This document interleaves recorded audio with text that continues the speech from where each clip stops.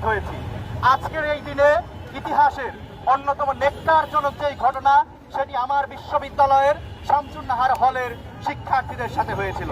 আমরা দেখতে পেয়েছি এই হল দখলের রাজনীতিকে কেন্দ্র করে, লেজুর ভিত্তির রাজনীতিকে কেন্দ্র করে, সন্ত্রাসীর রাজনীতিকে কেন্দ্র করে কিভাবে এই ছাত্র দলের হাইনারা, তৎকালীন হাইনারা, পান্ডারা, গুন্ডারা কিভাবে আমাদের বোনদের উপরে তারা নৃশংসভাবে নির্যাতন চালিয়েছিল। তৎকালীন পুলিশ বাহিনীর মদদে, রাষ্ট্রীয় মদদে তারা ঢাকা বিশ্ববিদ্যালয়ের শামসুন্নাহার হলের নারী শিক্ষার্থীদের উপর কিন্তু নৃশংসভাবে তারা নির্যাতন চালিয়েছিল। আমরা বারবারই দেখতে পাই বাংলাদেশের ইতিহাসে, আমরা যতবারই লক্ষ্য করতে পারি যে এই লেজুর ভিত্তির এবং দখলদারিত্বের ছাত্র রাজনীতি বিশ্ববিদ্যালয় ক্যাম্পাসে কখনো সুখকর পরিস্থিতি আমাদের জন্য নিয়ে আসতে পারেনি। আমাদের অভিজ্ঞতা বরাবরই কিন্তু তিক্ত অভিজ্ঞতা ছিল।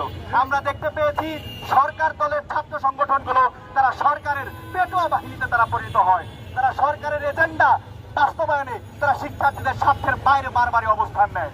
আমরা দেখতে পেয়েছি যে 2002 সালে কিভাবে ছাত্র দলের সন্ত্রাসীরা শামসুন্নাহার হলের মধ্যে প্রবেশ করে তারা কিভাবে আমাদের বোনদের উপর নির্যাতন করেছিল। এরপরই বারবার আমাদের শামসুন্নাহার হলের বোনেরা এবং ঢাকা বিশ্ববিদ্যালয়ের শিক্ষার্থীরা এই ঘটনার বিচার চেয়েছে, কিন্তু আজ এত বছর পার হয়ে গেল এখন পর্যন্ত এই ঘটনার কোনো সুষ্ঠু তদন্ত এবং বিচার নিশ্চিত করা সম্ভব হয় নাই।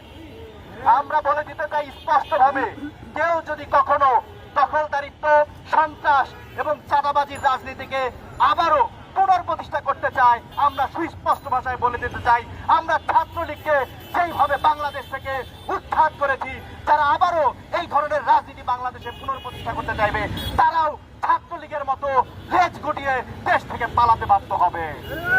আমরা স্পষ্ট ভাষায় বলে দিতে চাই, দখলদারিত্বের রাজনীতি, লেজুর ভিত্তির রাজনীতি 24 জুলাই অভ্যুত্থানের মধ্য দিয়ে বাংলাদেশের শিক্ষার্থীরা এই ধরনের অপরাজনীতিকে লাল কার্ড প্রদর্শন করেছে। বাংলাদেশ গণতান্ত্রিক ছাত্র সংসদ সবসময় শিক্ষার্থীদের পাশে ছিল, পাশে আছে এবং পাশে থাকবে।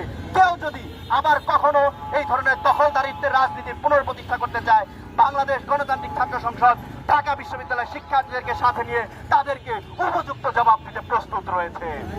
আমরা এরপরও বলে দিতে চাই, অত্যন্ত দুঃখের বিষয় এই যে শামসুন্নাহার হল ট্রাজেডির বিষয়ে আজ ছাত্র দলের অনেক নেতাকর্মীরা দায়িত্বশীল পর্যায় থেকেও তারা এই নির্যাতনের বৈধতা উৎপাদন করার জন্য নানা ধরনের ষড়যন্ত্রে তারা লিপ্ত হয়েছে।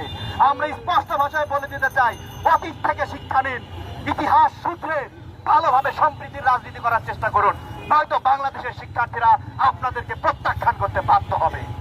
আমরা স্পষ্ট